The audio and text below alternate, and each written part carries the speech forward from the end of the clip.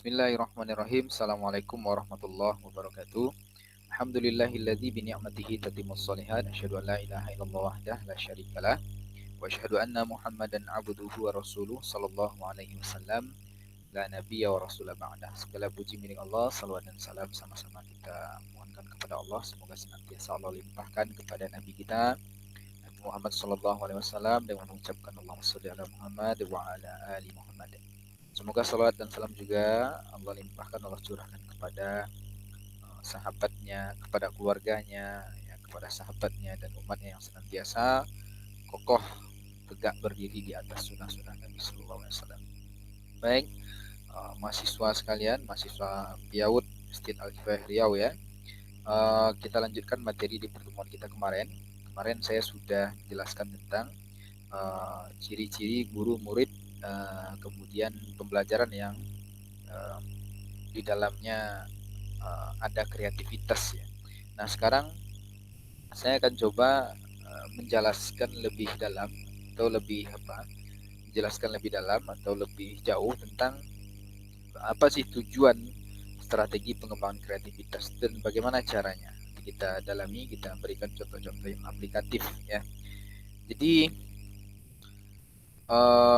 untuk anak usia dini ya, itu kreativitas dan bakatnya itu harus dimaksimalkan untuk dikembangkan.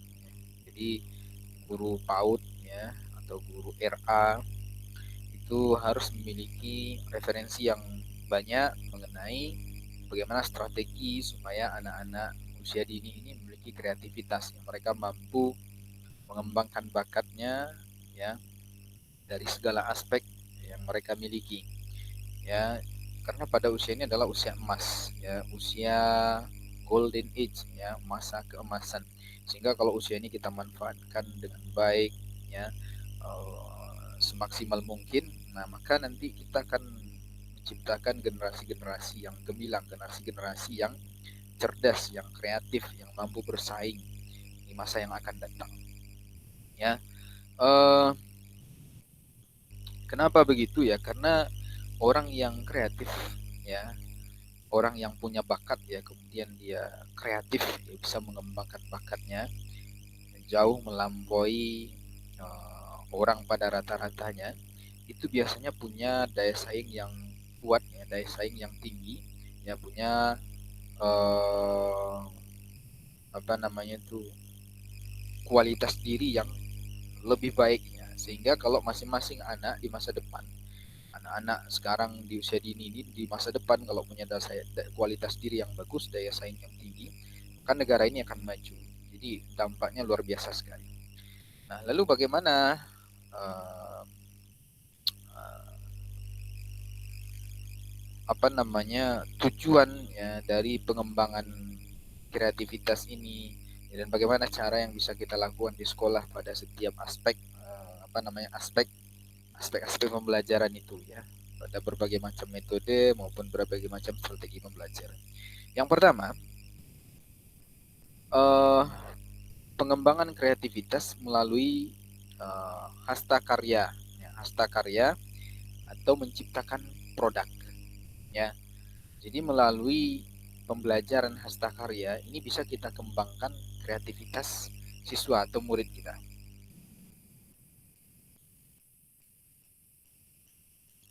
Berapa satu? Bisanya aku ada.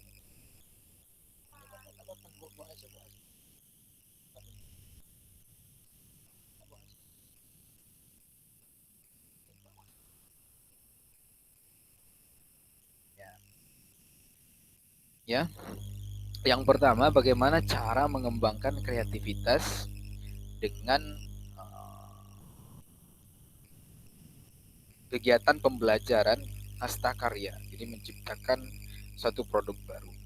Nah, melalui kegiatan uh, ini sebetulnya memiliki peran penting ya dalam mengembangkan kreativitas anak. Ya, tidak hanya kreativitas yang akan terfasilitasi untuk berkembang dengan baik, tapi juga kemampuan kognitif anak. Jadi menciptakan produk. ya, sesuatu yang baru atau sesuatu yang sudah ada tapi dimodifikasi, atau sesuatu yang baru mungkin tapi karya dari anak itu sendiri. Itu bukan hanya kreativitasnya yang bisa diasah, tapi juga kemampuan kognitifnya. Karena nanti anak di sini akan ditantang untuk menyelesaikan suatu persoalan, suatu masalah. Jadi ada semacam problem solving di sini. Ya. Lalu bagaimana caranya? Dalam kegiatan hasta karya, setiap anak akan menggunakan imajinasinya. Nah, ini yang poin pentingnya. Jadi untuk menciptakan produk itu, anak akan berpikir, akan berimajinasi dia ingin menciptakan apa. Ya, nanti akan diberi mungkin instruksi oleh gurunya, buatlah sesuatu yang uh, yang kamu inginkan, ya, yang kamu idam-idamkan misalnya, tapi belum pernah kamu temukan, misalnya mainan atau bentuk sesuatu atau benda sesuatu. Anak akan berimajinasi bagaimana cara membuatnya, dari bahan apa dibuat, ya, bagaimana cara merangkainya. Dia akan berimajinasi. Nah, kemudian dia akan berpikir bagaimana cara untuk membuatnya, mendapatkannya, ya. Nah, ini tentu sangat mengasah kreativitas dan kognitif anak. Nah, kemudian berarti kalau begitu hasta karya ini model strategi pembelajaran dengan menggunakan apa metode hasta karya ini bisa menggunakan berbagai macam bahan berarti. Jadi tidak terbatas hanya pada satu jenis saja. Bisa kita pakai barang bekas, bisa kita pakai tanah liat, bisa pakai plastisin dan yang lain-lain, pasir juga. Jadi anak bisa menggunakan semua bahan. Nah, jadi nanti anak terserah dia mau membuat apa, serahkan bahannya sama dia, besok suruh bawa ke sekolah bahan itu. Ya, misalnya guru bisa saja berikan instruksi atau ditanya anak, besok kalian misalnya ibu kasih tugas untuk menciptakan satu produk, ya, karya kalian misalnya. Nah, data kamu mau buat apa nak? Kamu buat apa? Nah, mereka kan sudah punya bayangan, sudah punya imajinasi mau buat apa. Nah, catat. Nah, besok bawa bahan yang dibutuhkan untuk membuat itu. Nah, nanti anak akan bereksplorasi, dia akan tanya ke orang tuanya apa bahan untuk membuat ini, mak, ya, pak, ya, atau kakaknya, nanti dia akan beli besok dibawa. Nah, jadi ini lebih lebih lebih bisa mengasah banyak kemampuan anak di situ. Tidak, jadi tadi tidak hanya kreativitas tapi juga kognitifnya, kemudian daya tahan mentalnya, ya, problem solvingnya, semua di sini bisa diasah. Jadi begitu strateginya, begitu caranya. Ya, jadi ini bisa diterapkan, bisa dilakukan oleh guru di sekolah, di PAUD, ya. Kemudian yang kedua, bagaimana cara mengembangkan kreativitas melalui imajinasi. Tadi melalui hasta karya, ya, langsung menciptakan produk, ya, membuat sesuatu barang atau benda. Nah, sekarang mengembangkan kreativitas melalui imajinasi. Nah, bagaimana caranya? Bagaimana yang dilakukan guru di sekolah, ya. Nah, untuk model yang seperti ini, guru bisa melakukan bersama anak-anak, ya. Jadi nanti sediakan waktu luang di sekolah dengan anak-anak, ya, waktu-waktu senggang, ya, atau waktu-waktu belajar juga boleh, tapi ada sediakan waktu yang agak santai lah. Kemudian ungkapkan seperti ini. Seandainya aku menjadi seorang astronot, ya, atau seandainya aku bisa terbang dan tinggal di atas awan. Nah, ini kan contoh dari imajinasi anak, ya. Nah, ini sebagai ilustrasi saja, ya. Nah, kemudian anak tadi itu akan berimajinasi, ya. Dia akan berimajinasi uh, menjadi seorang astronot, ya, menjadi seorang menjadi orang yang tinggal di atas awan, atau menjadi yang lain, menjadi pilot dan sebagainya. Di situ suruh anak bercerita, kalau seandainya dia jadi astronot, ya, apa yang dia lakukan, apa yang dia ingin lakukan, apa yang dia bisa dia lakukan untuk manusia, untuk umat manusia, kebaikan apa yang bisa dilakukan. Nah, ini berimajinasi namanya, kan, apa yang bisa dilihat di sana, di atas sana, apa saja yang dia perlukan. Nah, ini berimajinasi namanya, ya. Oke. Nah, itu cara melatih imajinasi anak, ya. Jadi imajinasi itu sendiri menurut Janice Beatty adalah kemampuan untuk merespon atau melakukan fantasi yang mereka buat. Ya, jadi dia mampu merespon kalau seandainya jadi pilot, nah, dia mampu untuk menceritakan seandainya jadi pilot dia mau ngapain saja, ya. Jadi dia bisa merespon itu, ya. Kalau dalam KBBI, imajinasi itu adalah daya pikir untuk membayangkan di angan-angan atau menciptakan gambar-gambar lukisan, karangan dan sebagainya. Ya, kejadian berdasarkan kenyataan atau pengalaman seseorang. Jadi bisa juga nanti dia berimajinasi misalnya membuat apa namanya, membuat rumah di atas awan misalnya. Jadi ditulis, dilukisnya ya, di gambarnya ya. Nah, ini bisa juga untuk mengasah imajinasi anak. Kemudian yang ketiga, mengembangkan kreativitas melalui eksplorasi. Eksplorasi berarti melakukan kegiatan untuk mencari tahu jauh, lebih dalam ya. Nah, ide kreatif sering muncul dari eksplorasi atau penjelajahan individu terhadap sesuatu. Jadi gini, saya dulu pernah diceritakan oleh seorang ya, trainer dulu ya. Kami ada kegiatan trainer dulu, ya, seminar motivator gitu ya. Tadi motivator ini menceritakan, trainer ini menceritakan bahwa asal mula orang menemukan apa resleting itu katanya karena orang ini dia pergi ke hutan, kemudian ada apa namanya itu, ada semacam tanaman yang bisa lengket di baju atau di kainnya. Dari situ dia berapa namanya muncul ide kreatifnya untuk menciptakan resleting tadi. Lihat dari kegiatan eksplorasi. Jadi eksplorasi itu bisa nanti anak diajak ke alam atau ke tempat tertentu ya untuk melakukan sebuah kegiatan. Ya. Kemudian dari kegiatan itu nanti diinstruksikan anak untuk menemukan sesuatu atau mendapatkan sesuatu yang bermakna bagi dirinya ya, atau yang bermanfaat bagi dirinya ya.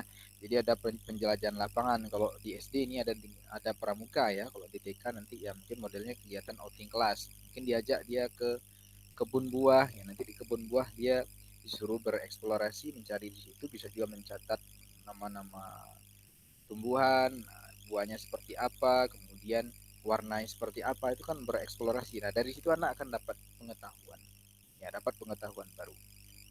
Nah saya kira ini sangat mungkin dilakukan di sekolah. Ya. Kemudian kegiatan eksplorasi akan memberikan kesempatan pada anak untuk memahami dan memanfaatkan olah jelajahnya. Misalnya wawasan informasi yang lebih luas dan lebih nyata, karena dia langsung melihat ke alam. Ya. Jadi pengetahuannya bertambah dan langsung menyaksikannya, tidak hanya dalam imajinasinya. Kemudian menumbuhkan rasa keingintahuan anak tentang sesuatu telah ataupun baru diketahuinya. Jadi ketika dia melakukan eksplorasi misalnya di kebun binatang, selama ini dia belum pernah lihat harimau. Ketika di kebun binatang dia lihat harimau, jadi pertama rasa keingintahuannya terpenuhi, yang kedua dia ingin tahu lagi. Harimau ini misalnya dia termasuk jenis binatang apa, makannya apa. Nah, di situ ada keingintahuan. Kemudian yang ketiga, memperjelas konsep dan keterampilan yang telah dimilikinya. Yang keempat, memperoleh pemahaman penuh tentang kehidupan manusia dengan berbagai situasi dan kondisi yang ada. Jadi lebih luas ya pengetahuannya. Kemudian yang kelima, memperoleh pengetahuan tentang bagaimana memahami lingkungan yang ada di sekitar serta bagaimana memanfaatkannya. Ya, kayak tadi dia ke kebun, ya, ternyata di kebun tuh banyak yang bisa ditanami, banyak yang bisa dimakan, dimanfaatkan. Ya, jadi sangat bagus sekali apa namanya program seperti ini kalau ada di sekolah, karena sangat mungkin dilakukan dan sangat bermanfaat. Ya, jadi eksplorasi itu bisa juga dilakukan dengan belajar pada alam sekitar ya, atau BALS ya. Kemudian bisa juga dengan mediated learning experience. Jadi belajar pengalaman dengan memanfaatkan media pembelajaran ya, memanfaatkan lingkungan sebagai media pembelajaran. Ya outing class tadi ya, belajar ke taman, belajar ke kolam, belajar ke sungai ya. Kemudian outbound training. Jadi ada kegiatan training outbound ini juga bisa, juga ada permainan-permainan edukatif ya. Yang keempat, mengembangkan kreativitas melalui eksperimen. Eksperimen itu melakukan uji coba sampai berhasil ya. Nah ini bisa dilakukan misalnya apa? Eksperimen menanam ubi misalnya di sekolah, anak bawa potong ubi, suruh bawa wadah masing-masing ditanam. Di situ dicoba cara menanam ubi yang betul seperti apa, kemudian berapa hari dia mulai bertunas, kemudian tumbuh. Nah, itu eksperimen namanya. Nah, sampai dia berbuah misalnya. Itu yang paling gampang di sekolah biasanya menanam apa namanya? Menanam toge ya, membuat toge ya, itu dengan kacang hijau itu. Nah, itu bisa dilakukan di sekolah. Itu eksperimen namanya. Nah, ini juga bisa dilakukan dengan berbagai macam eksperimen yang lain, tidak hanya itu ya. Jadi banyak yang bisa dilakukan. Kemudian yang kelima, pengembangan kreativitas melalui proyek. ada proyek yang dilakukan, ada kegiatan tertentu yang dikerjakan anak. Kalau proyek berarti dia butuh waktu, ya butuh masa ya, masa-masa tertentu ya, secara periodik ya. Jadi ada proyek ya. Metode proyek berasal dari gagasan John Dewey ya, John Dewey ya, tentang konsep learning by doing. Jadi belajar dengan melakukan, ya, belajar dengan langsung praktek, ya, yaitu proses perolehan hasil belajar dengan mengerjakan tindakan tertentu sesuai dengan tujuannya. Jadi nanti kalau proyek dia ada tujuan tertentu ya. Nah, ini juga mampu mengasah intelektual anak ya. Banyak hal yang bisa didapat anak dari sini. Yang pertama, memberikan pengalaman kepada anak dalam mengatur dan mendistribusikan kegiatan. Ya, jadi ada pengalaman di situ. Karena proyek ini kan jangka panjang, jangka lama. Jadi ada pengalaman melakukan sesuatu dalam jangka waktu yang lama. Ya, sehingga dia memahami tahap-tahap itu. Kemudian belajar bertanggung jawab terhadap pekerjaan masing-masing.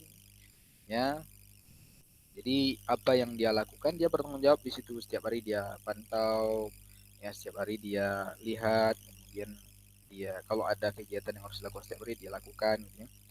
Kemudian memupuk gotong royong karena dia bekerja sama dengan kawan-kawan yang lain. Kemudian memberikan kesempatan kepada anak untuk mengembangkan sikap dan kebiasaan dalam melaksanakan pekerjaan dengan cermat. Jadi ada pembiasaan kedisiplinan di sini, ketelitian dalam bekerja, ya. Kemudian mampu mengeksplorasi bakat, minat dan kemampuan anak. Ya, bisa juga kita lihat bakat anak ini seperti apa di bidang ini, kemampuannya dan seterusnya. Kemudian memberikan peluang kepada setiap anak, baik individual maupun kelompok, untuk mengembangkan kemampuan yang telah dimilikinya, keterampilan yang sudah dikuasainya, yang pada akhirnya dapat diwujudkan dengan daya kreativitasnya secara optimal. Nah, itu manfaat dari langkah proyek ini. Apa saja langkah yang dilakukan guru untuk mengembangkan kreativitas anak dengan melalui proyek ini? Pertama, pilih topik. Yang kedua, membuat peta konsep topik. Jadi ya ada mungkin alur bagannya ya yang harus dibuat, ya, apa yang harus dilakukan secara bertahap. Kemudian mengorganisir topik proyek ke dalam kurikulum, ya. Jadi ada dalam mungkin apa kalau di sekolah RPP ya, kalau di TK namanya program mingguannya, program harian itu ya. Nah, ada dimasukkan di situ. Kemudian menentukan lingkup proyek, ya. Kemudian guru menentukan 5 kriteria, ya. Ya. Apa saja aktivitas anak apa dalam proyek itu, keterampilan yang dapat dilakukannya apa saja, sumber materi, ya, minatnya apa saja. Kemudian baru ya guru dan anak mengunjungi tempat menarik yang sesuai dengan topik, ya. Kemudian yang keenam, pengembangan kreativitas melalui musik, yang melalui musik atau seni di sini ya. Nah, ini juga bisa dilakukan. Saya kira di sekolah ini sudah banyak diapakan ya. Misalnya membuat syair ya, menyanyikan ya, rukun iman dinyanyikan dan seterusnya. Kemudian pengembangan kreativitas melalui bahasa. Nah, misalnya anak disuruh bercerita, misalnya bercerita tentang apa yang dia pikirkan, misalnya tentang Pak Tani, suruh dia bercerita Pak Tani itu apa, ya kan dia akan dilatih kemampuan bahasa di situ. Atau bercerita tentang pengalamannya di waktu liburan misalnya. Nah, inilah beberapa model pengembangan kreativitas anak melalui berbagai aspek ya yang bisa kita lakukan di sekolah ya, di PAUD dan ya, aspek-aspek ini saya kira berbagai cara tadi saya kira itu sangat bisa dilakukan di sekolah dan tidak membutuhkan biaya yang besar, ya bisa dilakukan dengan biaya yang mudah ya, apalagi kalau sekolahnya punya lingkungan yang kondusif ya, lingkungan yang memadai, punya area lapangan ya, punya tempat bermain yang luas ya, tidak hanya di kelas ya.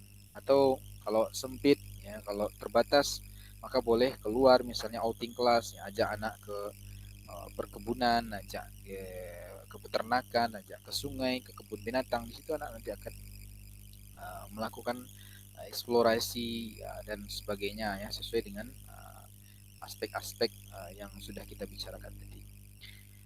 Nah, saya kira itu saja untuk materi kita pada pertemuan ini. Silakan disampaikan sebagai tugas ya untuk absensi. Silakan buat nanti di grup WA ya. bagaimana pengalaman Anda selama mengajar di sekolah eh, tentang penerapan proyek ini. Jadi apa misalnya saya punya pengalaman tentang hasta karya. Nah, bagaimana pengalaman Anda mengajar murid Anda dan apa yang Anda temukan pada murid Anda, bisa enggak dia melakukannya, kemudian bagaimana hasilnya, apa yang berkesan di situ, silakan Anda tuangkan di chat WA Anda, buat nama, kemudian info, kemudian pengalaman Anda mengajar. Bagi yang belum pernah mengajar, eh, Anda boleh ya buat pilih salah satu apa tadi metode tadi ya, kemudian Anda buat rencana Anda apa, misalnya kalau saya rencananya menerapkan apa misalnya eksperimen. Nah, nanti saya akan melakukan caranya begini begini begini, saya akan melakukan eksperimen ini, tujuannya ini ya, untuk anak saya supaya tercapai ini ya. Nah, jadi itu untuk materi kita, silakan di apa dibuat tugasnya sebagai bukti absensinya ya. Nanti kita ada UAS dan juga dikerjakan ya, UASnya dikerjakan. Nah, untuk bukan UAS, maaf, UTS ya, UTS-nya dikerjakan ya, untuk nilai akhir kita nanti. Demikian saja, saya mohon maaf. Assalamualaikum warahmatullahi wabarakatuh.